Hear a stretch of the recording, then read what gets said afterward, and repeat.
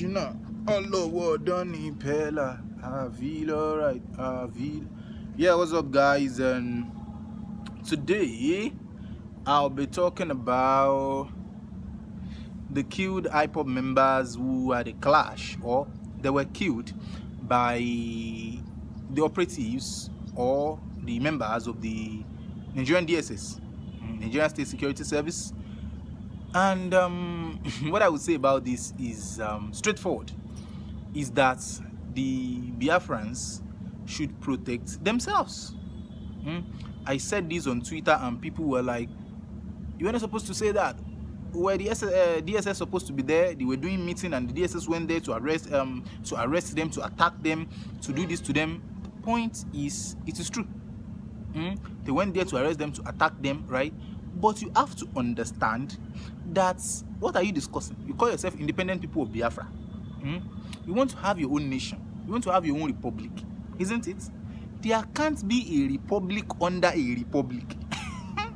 If there is going to be a republic out of a republic, it has to be a round table session between the leaders of the first republic and the new republic, or the former republic and the new republic.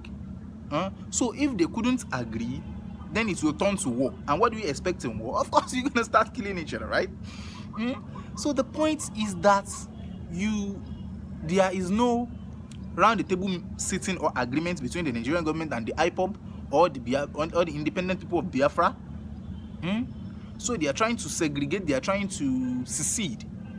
And what will happen? War, right? What is happening now is war. That's the point.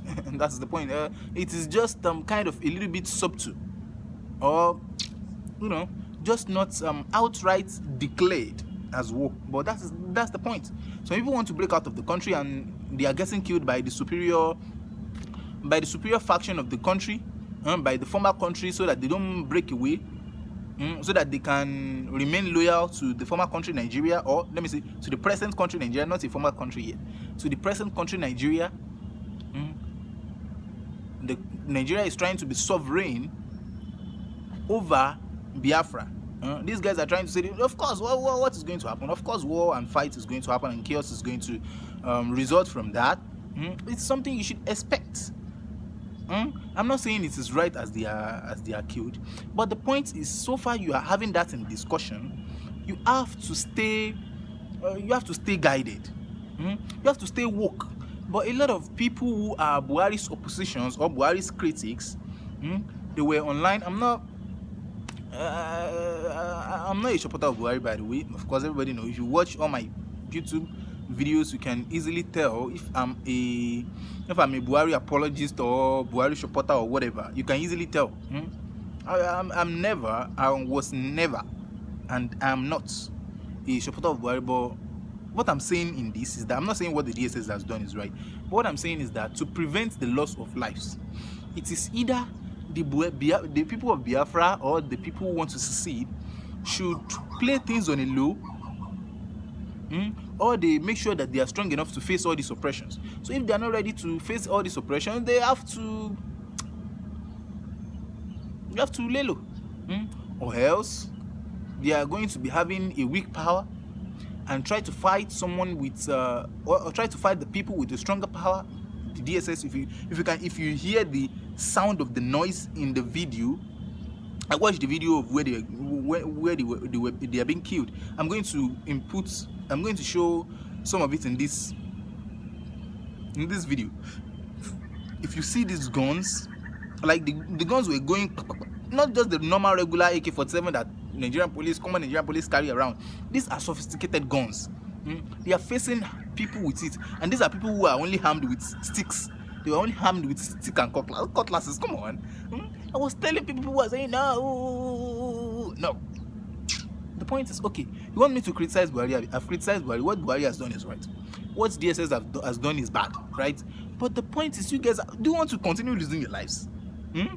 Buhari has decided to be doing what he has been doing, right? The Operation Python Dance, several operation, Several military taxes has been deployed to the southeastern part of the country against these Biafra people, and some of them have been killed during the Operation Python dance thing, before their leader Nnamdi Kanu absconded to Israel then. So these people, the people of Biafra, I think they should either lay low or get stronger to fight the people they want to fight. I'm not saying they are fighting the government or fighting the DSS. So they don't say, okay, I'm trying to investigate something, right? But a lot of people are saying, okay, are you saying am I saying the government is their enemy, the government that should protect them? The government that you are saying, some people were saying, oh, the DSS is not supposed to go there to arm them, to shoot them. The government that is supposed to be protecting them. The government of which country? The government of Nigeria. The government of Nigeria you are not loyal to. Not loyal to Nigeria, there's no offense. You want to go on your own country, no problem about that. But the point is, you can't eat your cake and have it. The same thing. Look, you have to live. Do you want to be successful in your dealings, or you want to be crying? Do you want to be shouting, they killed me today, they killed me tomorrow, or you want to defeat your opponent? Defeating your opponent doesn't necessarily mean that you bring Nigeria under Biafra or bring whatever. It's to have that Biafra or the home country of the Igbo people that you want. If that is what you want, you do what will get you that. But what the IPOB is doing is just trying to they are clamoring for Biafra and they still want protection from Nigeria. If you want that, that is going to be a round table. It is not going to be you just gather somewhere and you'll be discussing it. No. But people don't want to face this reality. I think if care is not taken, I hope that what happened in 1966, 67 doesn't happen again. I hope it doesn't happen again. I hope it doesn't happen again because it's going to be brutal. That's one beating twice shy. No, this one will be two beating, only got millions shy, because millions of people died in the last Biafran war. I'm not going to lie to you. Millions of people died. So are we trying to bring another one upon the people, upon the Igbo people, upon the competent people of our own society, upon the people who are keeping our own economy running? I think it is going to be catastrophic if we do this to the Igbo people, right? They need to be protected, and even if they are going to secede, they should secede peacefully in such a way that we are still going to have some international relationship with them. But I think Nnamdi Kanu is just being egoistic. It's not doing things logically, I think. Yes, because it's not making logical decisions. It's not making logical decisions. This shouldn't, at this point, the last Operation Python dance was in 2016 or 2017. DSS and IPOB shouldn't be having clash by now, because it is either they plan themselves in a way secret enough such that their information wouldn't be leaking out to DSS, or they have gotten enough strength, military probably, or anything, to stand their ground and face the DSS and stand them shoulder to shoulder. So if they can't do that, they should play things smart. A couple of men died during the Biafra DSS clash in the last few days. A couple of Igbo people died. People died. They can see them with sticks laying by their bodies, and I think Igbo people can say whatever they want to say. You know how they used to do. You are this, you are that, you are protecting government. You want people killed. Nigeria is a zoo. Woo.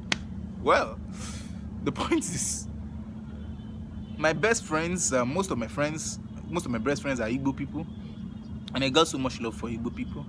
And all I'm saying here is because I care for the lives of the Igbo people, and I want them to do things well. I want them to do things better, right? You see, all this. If you want to secede in a smart way. If you want to do anything, do it in a smart way. Don't.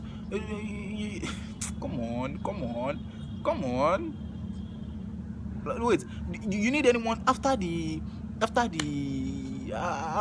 Buhari deployed a lot of military men to the southeast in Enugu and some other cities, do they need IPOB is still needing someone to tell them that the federal government is not really doesn't mean well for them, or doesn't mean well for them. Yeah, I think that's the right thing for that.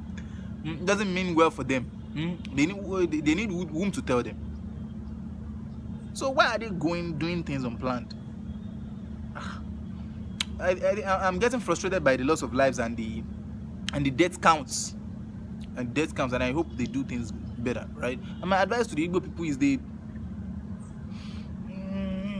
anybody who knows, okay, I'm ready to do this thing, and no matter what happens, good. And anybody who is not ready to should back out early. You should back out early, and if you know you can't back out, of course, coming on the news and all these things is not smart. It's not smart to me. It's not smart to me. It's not smart of the likes of Nnamdi Kanu and so on, because they need to protect their people. They need to protect their people and make sure what happened during Ojuku's time didn't happen, right? I don't think any member of Ojuku's family died during the war. Ojuku never risked hunger. He's not threatened by hunger. Millions of people died of hunger. Millions of people died being killed, being sprayed with bullets and cannon from aircrafts. Come on, I read what's the name? The Tragedy of Victory. Tragedy of Victory by Godwin Labisam. I'm not going to lie to you. All that happened during the first Biafra war in 1960, from 1967 to 1970 or 1971. There are things that could be prevented, but Ojuku carried on anyway. I think Nnamdi Kanu is trying to do the same thing now. Just the same thing like Ojuku now. That's the same thing like Ojuku. Ojuku didn't prepare enough, didn't have enough weapons. He's trying to face a bigger country. The same thing. Even Ojuku had more advantage than the likes of Nnamdi Kanu, because Ojuku during his own time, Ojuku declared the war first. After declaring the war, Gawan only tried to do some police action, so it doesn't appear like he's a coward. Gawan wasn't attacking them. They launched the first attack as well. Gawan didn't attack them. Ojuku declared the war first as well, right? After Ojuku has conquered enough ground for Igbo people, the land which are actually home to Igbo people, he went ahead to start conquering places like Benin. Is Benin an Igbo land? And this was Benin, the Benin people who were not paying allegiance to Ojuku then. The Benin people who never wanted to be part of the war, the Midwest people who never wanted to be part of the war, he went ahead and conquered them. Ojuku decided to come to Ibadan, to come and conquer Ibadan, Lagos. What is the meaning of that? What's the meaning of that? Are you trying to become the head of state? Are you trying to conquer Nigeria, or you want a home country for Igbo people? That's the point. You have limited resources, you have limited weapons.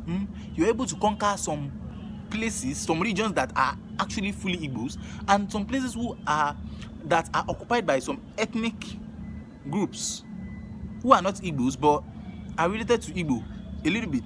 The likes of Benin, the Calabar, and all these places. What's the name?